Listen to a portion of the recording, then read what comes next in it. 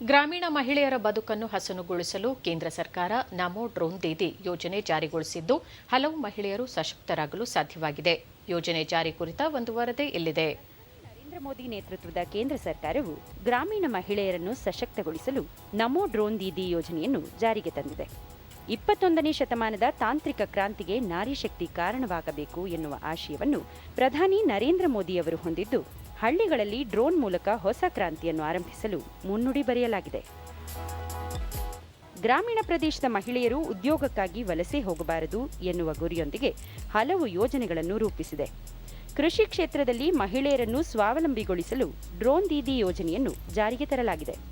ಇದರಿಂದ ಔಷಧಿ ಸಿಂಪಡಣೆ ಕಾರ್ಯ ಸುಲಭವಾಗಿದ್ದು, ಶಿವಮೊಗ್ಗ ಜಿಲ್ಲೆಯ ಡ್ರೋನ್ ದೀದಿಯರು ಅಡಿಕೆ ಸೇರಿದಂತೆ ಮತ್ತಿತರ ಬೆಳೆಗಳಿಗೆ ಔಷಧಿ ಸಿಂಪಡಣೆ ಮಾಡಲು ಮುಂದಾಗಿದ್ದಾರೆ. ಕಡಿಮೆ ದರದಲ್ಲಿ ಹಾಗೂ ಸಮಯದಲ್ಲಿ ಔಷಧಿ ಸಿಂಪಡಣೆ ಸಾಧ್ಯವಾಗಿರುವುದರಿಂದ ರೈತರಿಗೆ ಹಣ ಉಳಿತಾಯವಾಗುವುದರ ಜೊತೆಗೆ ಸಮಗ್ರವಾಗಿ ಎಲ್ಲ ಗಿಡಗಳಿಗೂ ಔಷಧಿ ಸಿಂಪಡಣೆ ಸಾಧ್ಯವಾಗಿದೆ. ಇದರಿಂದ ಕೂಲಿ ಕಾರ್ಮಿಕರ ಕೊರತೆಯೂ ನೀಗಿದ್ದು ಸಣ್ಣ ಹಿಡುವಳಿದಾರರಿಗೆ ಅನುಕೂಲವಾಗಿದೆ. ದೂರದರ್ಶನದೊಂದಿಗೆ ಯೋಜನೆಯ ಫಲಾನುಭವಿ ಆಶಾರಾಣಿ ಡ್ರೋನ್ ಮೂಲಕ ಕಡಿಮೆ ಅವಧಿಯಲ್ಲಿ ಹೆಚ್ಚಿನ ಪ್ರದೇಶಕ್ಕೆ ಔಷಧಿ ಸಿಂಪಡಣೆ ಮಾಡಬಹುದು. 1 ಎಕರೆಗೆ 400 ರೂಪಾಯಿ ನಿಗದಿಪಡಿಸಿರುವುದಾಗಿ ತಿಳಿಸಿದರು. ಡ್ರೋನಿಂದ ಜನಗಳಿಗೆಲ್ಲ ಈಗ ಟೈಮ್ ಸೇವ್ ಆಗುತ್ತೆ, ಮತ್ತು ಈಗ ಲೇಬರ್ ಪ್ರಾಬ್ಲಮ್ ಎಲ್ಲ ತುಂಬ ಇದೆ ಸರ್ ಹಳ್ಳಿಗಳಲ್ಲಿ. ಅದೆಲ್ಲದನ್ನು ಕೂಡ ಇವಾಗ ಈ ಡ್ರೋನಿಂದ ಆ ಪ್ರಾಬ್ಲಮ್ ಇಲ್ಲ. ಆಮೇಲೆ ಟೈಮ್ ಸೇವ್ ಆಗುತ್ತೆ, ಔಷಧಿ ವೇಸ್ಟ್ ಆಗೋದನ್ನು ತಡೆಯುತ್ತೆ. ಈ ಥರದ್ದೆಲ್ಲ ಪ್ರಾಬ್ಲಮ್ಸ್ ಈಗ ಹಳ್ಳಿಗಳಲ್ಲಿ ಇದೆ. ಲೇಬರ್ ಪ್ರಾಬ್ಲಮಿಂದ ಇದ್ರ ಕಡೆಯಿಂದನೇ ಈಗ ಜನಗಳೆಲ್ಲ ಸಿಟಿಗೆ ಹೋಗಿಬಿಟ್ಟು ಅಲ್ಲಿ ಕಾರ್ಖಾನೆಗಳಿಗೆಲ್ಲ ಸೇರ್ಕೊಂಡು ಕೆಲಸ ಮಾಡ್ತಿದ್ದಾರೆ. ಬಟ್ ಈ ಥರದ್ದೆಲ್ಲ ಹೊಸ ಹೊಸ ಟೆಕ್ನಾಲಜಿಗಳು ನಮ್ಮ ರೈತರಿಗೆ ಬರೋದ್ರಿಂದ ಸ್ವಲ್ಪ ಕೃಷಿಯಲ್ಲಿ ಆಸಕ್ತಿ ಹೆಚ್ಚಾಗುತ್ತೆ ರೈತರಿಗೆಲ್ಲ.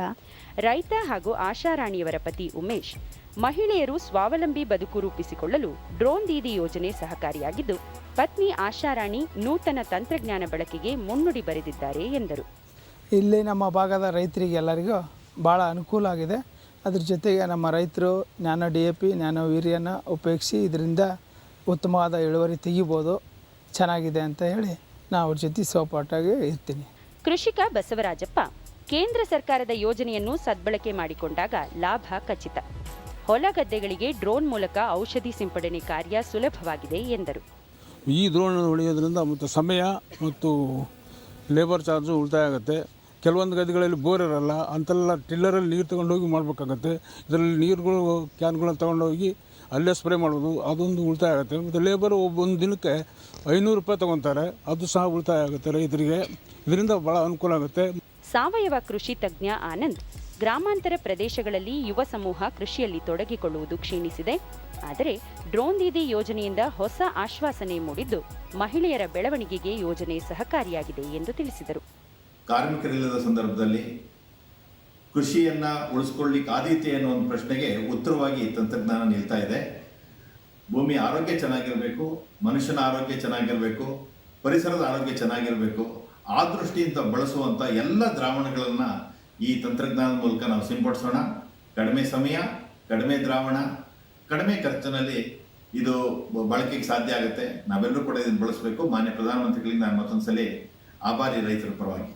ಇಫ್ಕೋ ಸಂಸ್ಥೆಯ ರಾಜು ಬಿಎಲ್ ಕೃಷಿ ಕಾರ್ಮಿಕರ ಸಮಸ್ಯೆ ನೀಗಿಸಲು ಡ್ರೋನ್ ದೀದಿ ಯೋಜನೆ ಸಹಕಾರಿಯಾಗಿದೆ. ರೈತರು ಡ್ರೋನ್ ಮೂಲಕ ಔಷಧಿ ಸಿಂಪಡಣೆ ಮಾಡಲು ಮುಂದಾಗಬೇಕು ಎಂದರು. ಡ್ರೋನನ್ನು ಈಗ ಅತ್ಯಾಧುನಿಕ ಒಂದು ತಂತ್ರಜ್ಞಾನ. ಆಗಲೇ ನಮಗೆ ರೈತರು 1 ಎಕರೆಗೆ 4,000 ರೂಪಾಯಿ ಅವರು ಖರ್ಚು ವೆಚ್ಚವನ್ನು ಸ್ಪ್ರೇ ಮಾಡ್ತಕ್ಕಂಥ ಖರ್ಚು ವೆಚ್ಚವನ್ನು ಕಡಿಮೆ ಮಾಡ್ಬೋದು. ಮತ್ತು ಕೃಷಿಯಲ್ಲಿ ಕೂಡ ಪರ್ಯಾಯವಾಗಿ ಬಂದಿರತಕ್ಕಂಥ ರಸಗೊಬ್ಬರಗಳು, ನ್ಯಾನೋ ರಸಗೊಬ್ಬರಗಳು, ಇವನ್ನ ನಾವು ಸಿಂಪರಣೆ ಮಾಡೋದಕ್ಕೋಸ್ಕರ ರೈತರಿಗೆ ಭಾಳ ಕಡಿಮೆ ಅವಧಿನಲ್ಲಿ ಈ ಒಂದು ರಸಗೊಬ್ಬರಗಳನ್ನು ಸಿಂಪರಣೆ ಮಾಡೋದಕ್ಕೋಸ್ಕರ ಈ ಒಂದು ತಂತ್ರಜ್ಞಾನವನ್ನು ನಾವು ರೂರಲ್ ಅನ್ಎಂಪ್ಲಾಯ್ಡ್ ಯೂತ್ಸಿಗೆ ಮತ್ತು ಅದರಲ್ಲಿ ಮಹಿಳೆಯರಿಗೆ ಅವರಿಗೂ ಕೂಡ ಸೇರಿಸಿ ನಾವು ಇಫ್ಕೋ ಸಂಸ್ಥೆಯಿಂದ ಕೊಡತಕ್ಕಂಥದ್ದು ನಡೀತಾ ಇದೆ. ಕೃಷಿ ಇಲಾಖೆಯ ಸಹಾಯಕ ನಿರ್ದೇಶಕ ಕಿರಣ್ ಕುಮಾರ್ ಮಲೆನಾಡಿನಲ್ಲಿ ಅಡಿಕೆ ಸೇರಿದಂತೆ ಮತ್ತಿತರ ಬೆಳೆಗಳನ್ನು ಬೆಳೆಯಲಾಗುತ್ತದೆ. ಇವುಗಳಿಗೆ ಸಮಗ್ರವಾಗಿ ಔಷಧಿ ಸಿಂಪಡಣೆ ಮಾಡಲು ಡ್ರೋನ್ಗಳು ಸಹಕಾರಿಯಾಗಿವೆ. ಡ್ರೋನ್ ದೀದಿ ಯೋಜನೆ ಮಹಿಳೆಯರು ಸ್ವಾವಲಂಬಿ ಬದುಕು ರೂಪಿಸಿಕೊಳ್ಳಲು ಸಹಕಾರಿಯಾಗಲಿದೆ ಎಂದು ಮಾಹಿತಿ ನೀಡಿದರು. ಮಲೆನಾಡು ಜಿಲ್ಲೆಯಲ್ಲಿ ಬಹುಶಃ 25ರಿಂದ 30ರಷ್ಟು ಮಾತ್ರ ನಮಗೆ ಲೇಬರ್ ಪರ್ಸೆಂಟೇಜ್ ಇದೆ. ಇಡೀ ಭಾರತಕ್ಕೆ ಕಂಪೇರ್ ಮಾಡಿದ್ರೆ 45ರಷ್ಟು ರೂರಲ್ ಏರಿಯಾದಲ್ಲಿ ಲೇಬರ್ಸ್ ಇದ್ದರೂ ಕೂಡ ನಮ್ಮಲ್ಲಿ ಕೇವಲ 25-30% ಮಾತ್ರ ಇದ್ದಾರೆ. ಹಾಗಾಗಿ ಈ ಒಂದು ಡ್ರೋನ್ ಮುಖಾಂತರ ಕೃಷಿಯಲ್ಲಿ ತೊಡಗಿರುವಂಥ ರೈತರಿಗೆ ಸಿಂಪಡಣೆ ಮಾಡೋದಕ್ಕೋಸ್ಕರ ತುಂಬ ಅನುಕೂಲ ಆಗಿದೆ. ಈಗ ಹೆಚ್ಚಿನದಾಗಿ ಅಡಿಕೆ ಬೆಳೆ ಮತ್ತು ಮುಸ್ಕಿನ ಜೋಳ, ಭತ್ತಕ್ಕೆ ಈ ಒಂದು ಡ್ರೋನ್ಸ್ ಇಂದ ಮುಖಾಂತರ ಸಿಂಪಡಣೆ ಮಾಡೋದು ಭಾಳ ಅನುಕೂಲ ಆಗುತ್ತೆ ಅನ್ನೋದು ಒಂದು ಇಲಾಖೆ ಅಭಿಪ್ರಾಯ. ಡ್ರೋನ್ ದೀದಿಯರು ರೈತರ ಹೊಲಗಳಿಗೆ ತೆರಳಿ ಔಷಧಿ ಸಿಂಪಡಣೆ ಮಾಡುತ್ತಿದ್ದು ಹಳ್ಳಿಗಳಲ್ಲಿ ಹೊಸ ಕ್ರಾಂತಿಗೆ ಮುನ್ನುಡಿ ಬರೆದಂತಾಗಿದೆ.